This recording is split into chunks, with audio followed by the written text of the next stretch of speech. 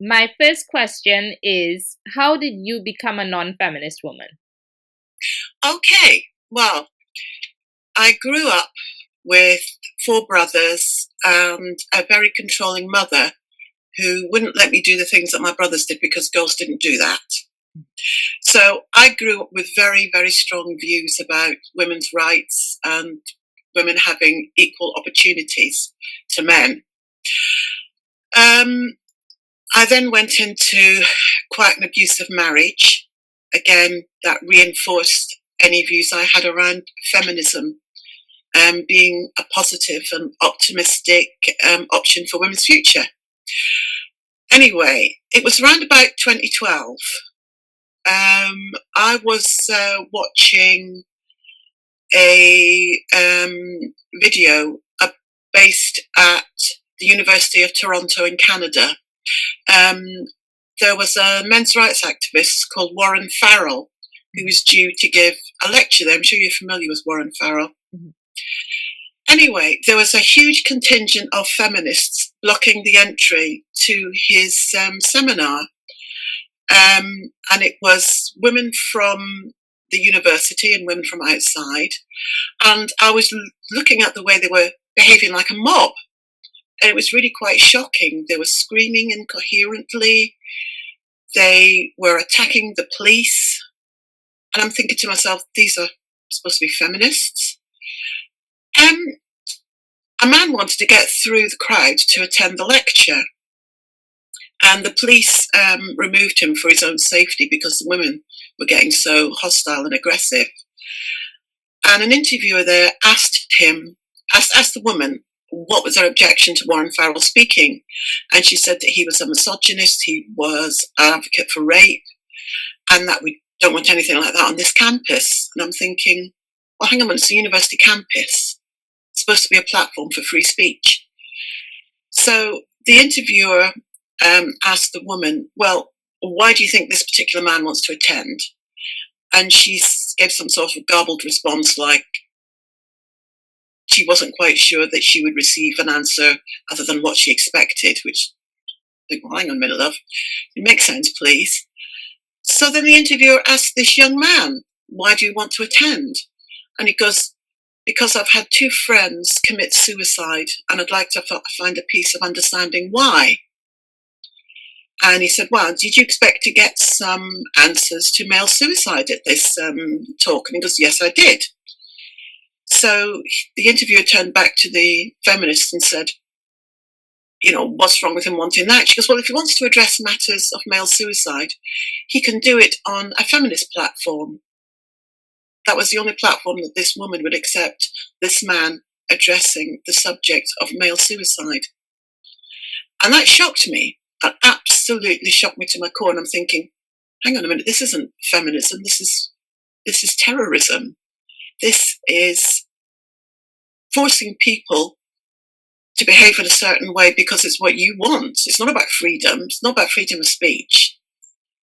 Anyway, a little while later, there was a NASA scientist. His name was Dr. Matt Taylor. And his team achieved a fantastic achievement. They managed to get a probe to land on a moving asteroid. And he came out to announce his team's success. And he had on this, he didn't look like a scientist, he looked like a pool player, he looked like a biker, which I thought was fabulous. And he had on this shirt that had been made for him by a woman friend with scantily clad female cartoon characters all over it. I wasn't interested in that. I was interested in the announcement of what his team had achieved because that was fabulous. Anyway, some feminists come out and said, I don't care that you managed to land a rocket on a rock. Your shirt is demeaning and sexist towards women. And I'm thinking, what? Are you so weak that you can't look past that shirt and see what he's actually saying? Mm-hmm.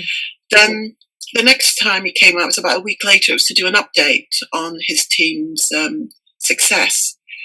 And he was sitting in a chair. He had on this hoodie, and he had the hood pulled down over his head. And he was like this, crouched down, looking completely beaten. I'm so sorry I've offended people. And so I thought, oh my God, what's happened to him?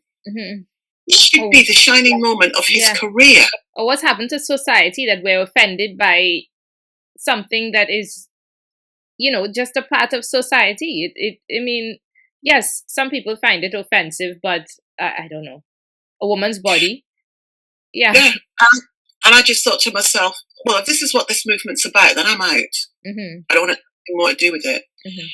And the more I've looked into both sides of the question, because I really do like to delve into both ends of a topic, the more that I've realised that feminism has degenerated in many ways to a form of terrorism. Just to put my cards on the table, I'm what I call a first and second wave feminist. I believe in bodily autonomy and I believe in equality. That's it. Right. If you want equality, then you get out there and you work for what you want. But don't expect anybody else to cut you any slack just because you're a woman. That's my view. And when I see the way that so many feminists behave, their hostility, their temper tantrums, their inability to listen to other people, inability to listen to men and women, I'm just thinking to myself, this isn't feminism. This is childhood tantrums. This is women behaving like children.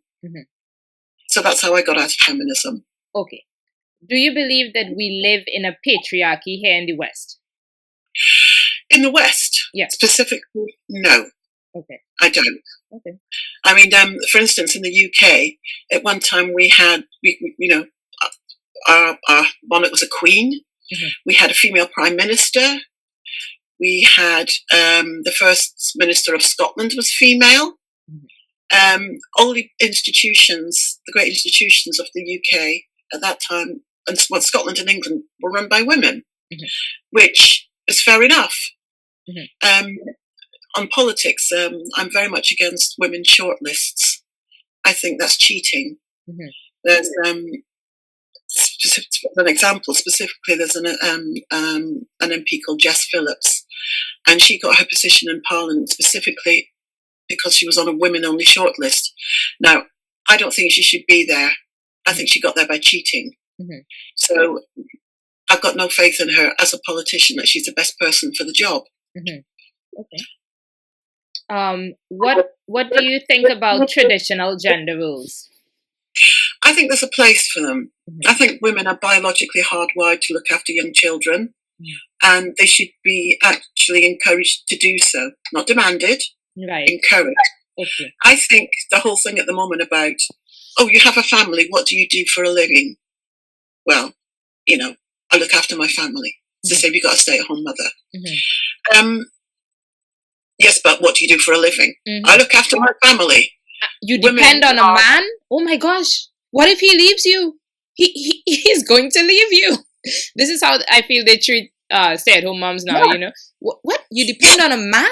What is that? Are you not a feminist? It's like we made a complete 180. Yes, traditional society was wrong to force people into certain things.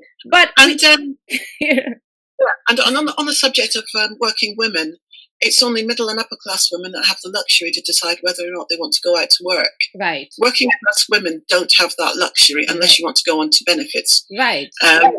But working class women, they have to work whether they're married or not to keep their family together, to pay the rent, to pay the bills. Basically, since the 1970s, when women flooded onto the workplace, wages have stagnated. So in 1970s and before, women had the choice to work or stay at home, and men could earn a decent living to enable women to do that.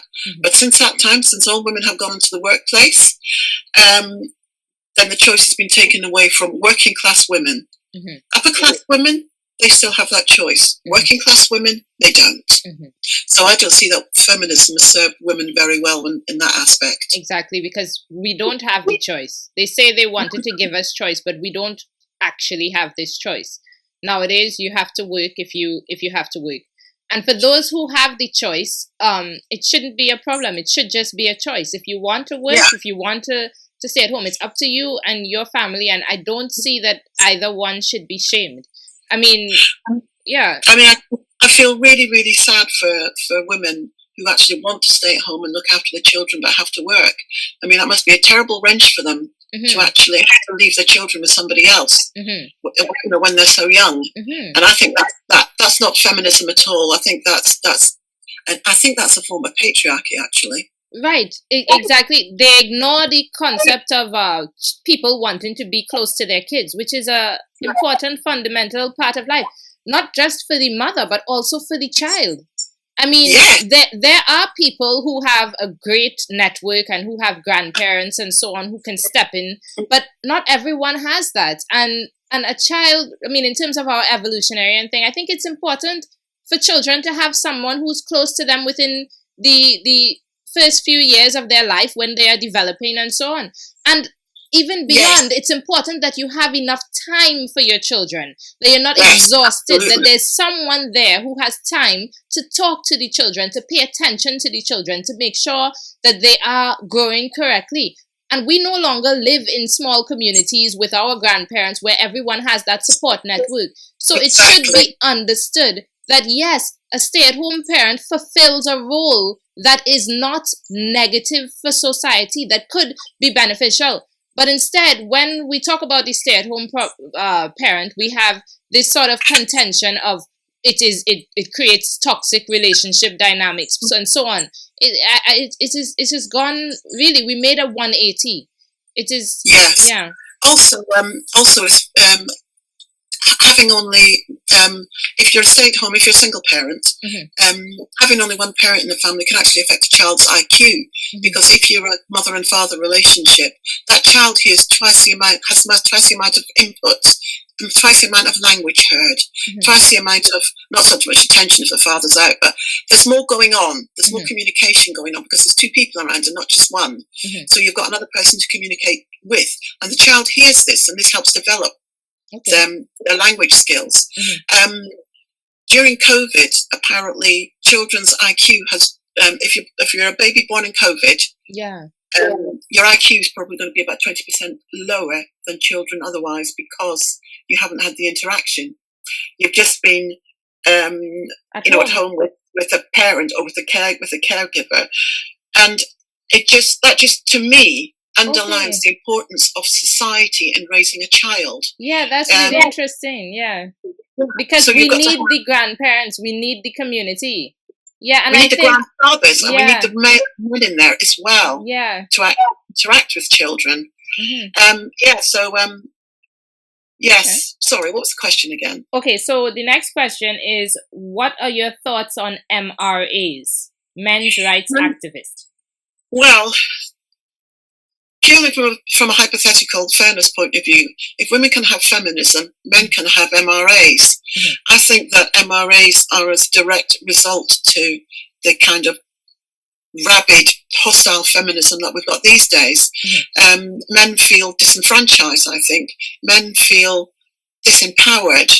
Men have had their masculinity attacked from when they were in school. I mean, in school, in the British system of education anyway, it's more female-centred. It's more centred around a female's way of learning, which is different to a boy's way of learning. So many boys are castigated in school for being little boys. They're rambunctious, they've got a lot of energy, they've got a lot of, they learn in a different way to girls, but the system of education is centred around sitting in front of a desk and learning to a test, which suits girls. But what about boys who don't actually function in that way? So I do think that our education system is letting boys down, especially as further education now seems to be more centred, or to have more girls going on to further education these days than boys. And I think that's a terrible thing that needs to be addressed. Right. Okay. What is your take on intersectionality? The idea that different people have privileges and different groups are oppressed or whatever in society. I think that people wear that these days almost as a virtue. I'm oppressed, I've been cancelled or whatever. I think that it's seen quite a lot as a virtue in a way, something to wear as almost like a badge of honour. I've been oppressed. Here's the evidence that I've been oppressed because of. And also because feminists say that, like they've written the rules and they just say, well, this is, in a sense, they act like this is science. This is absolutely true. That this group is, and this group is privileged. And I'm not sure the circles that they draw are always accurate. No. If I think there's a privileged class I think it's women who have more privilege over men, because I think men have a very hard time these days in society when they seem to be castigated just for being men. Excuse me. Just for being men.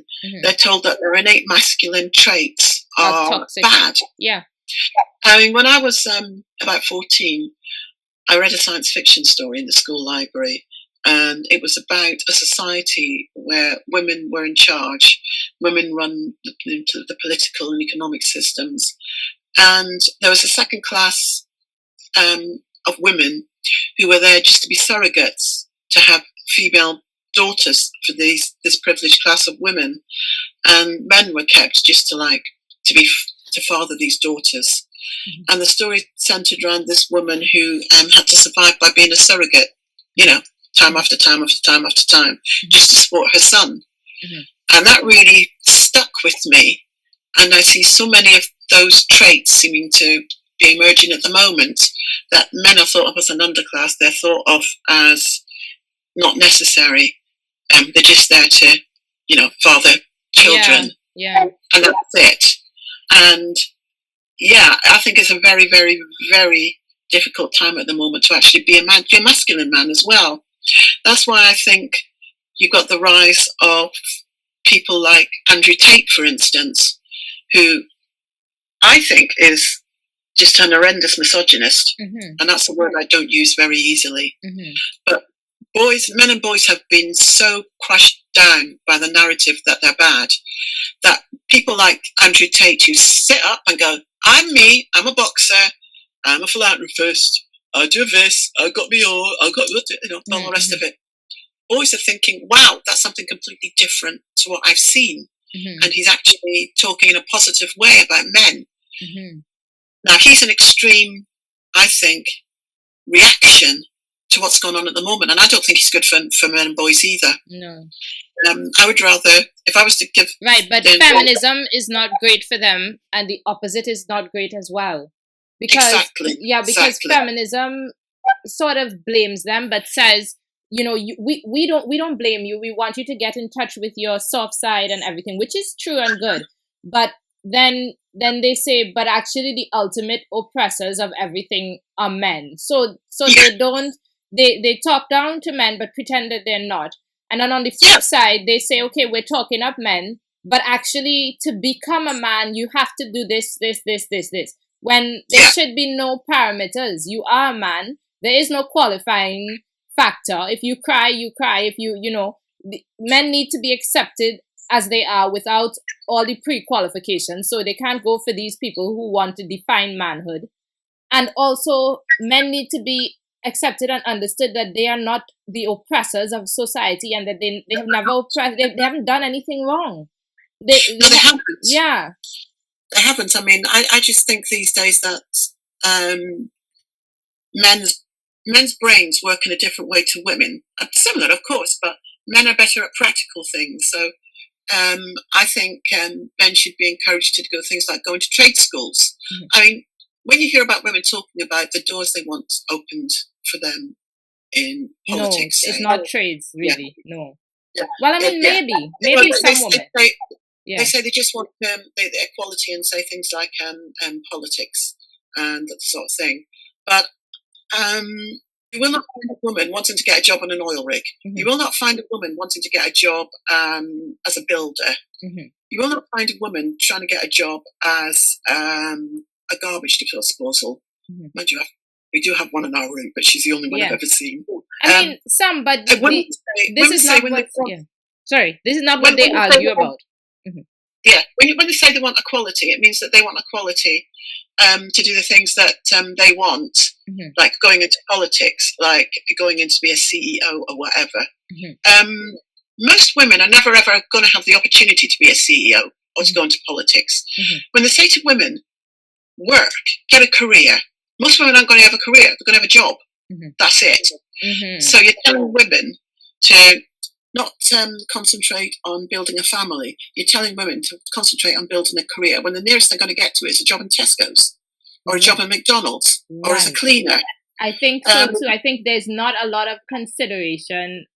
I mean, it's also that women, because society maybe puts a little bit less pressure on us to earn and stuff, we might prioritize other things in life. Like, well, in the case of children, it would be children. In the case of not, then, okay, this place is close to my home. It doesn't require a lot of, thinking or studying or whatever. So it might be that she prioritizes that. And yes, she goes for a normal job that is not going to have a lot of, and that should be okay. If that, yeah. If a woman wants to go out and get a job instead of thinking about building a family, that's okay. That is absolutely fine. If her job is not going to be a career thing, they need to accept that and not push for this wage gap closing by pushing women to work more. Maybe some people just don't want to work more. That's okay.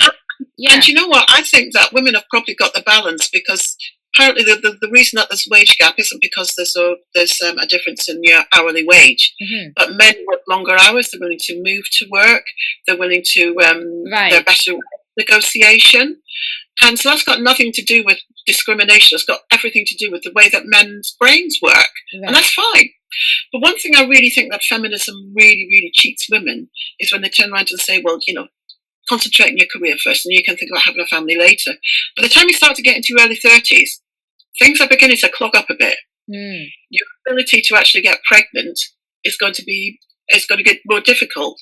And I did hear that if the machinery isn't used, if you try to actually have your first child, say in your late 30s or early 40s, then it's going to be very, very difficult for you. Whereas if you'd had a child earlier on in life, then you might find it a bit easier to get pregnant later on if you want to. I mean, my mother started having her children in her early 30s and didn't stop to her mid 40s. Okay. So, it's possible. What were you saying yesterday that you wanted to speak about with respect to the women's toilets and so on? Yes. Feminists say that the reason that women now have equality in the workplace is through suffragettes, feminism in the early 20s, the 1920s, sorry. Pushing through, brave feminists marching, pushing them through the barriers, kicking down the doors, women getting in there. I think that there's a lot more practical aspects that should be considered. As I said yesterday, the first example of women's public toilets was in the Great Exhibition in Victorian England, which was an idea of Prince Albert, who was Queen Victoria's husband.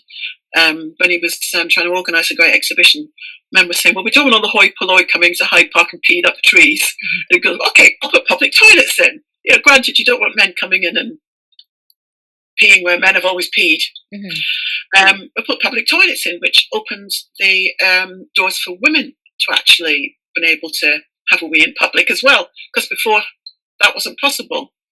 So you've got public toilets coming into public spaces.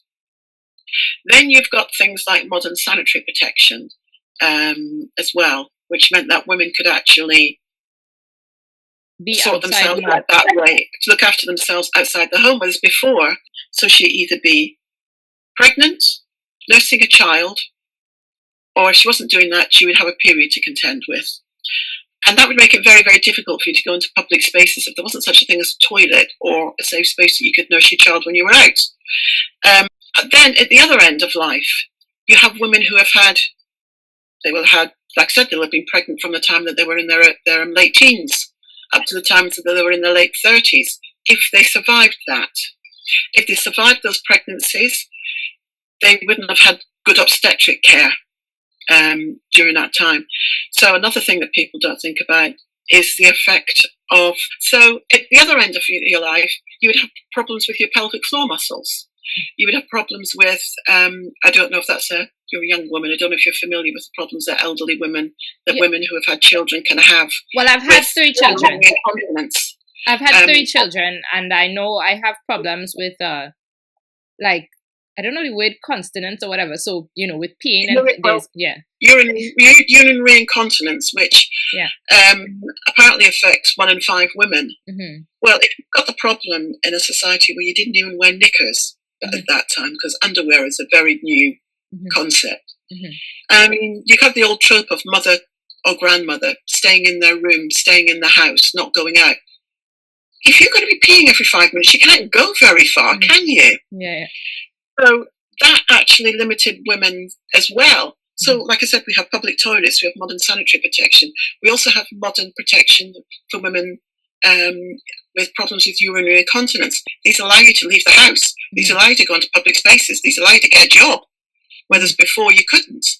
So when feminists say that it was solely as a result of the suffragettes throwing themselves under the king's horses, that sort of thing, I think it's got more to do with practical aspects, because I bet you anything you like, if we didn't have those modern technologies that help women function in a public setting, then it doesn't matter how many suffragettes threw themselves under the king's horses. Women aren't going to want to go out.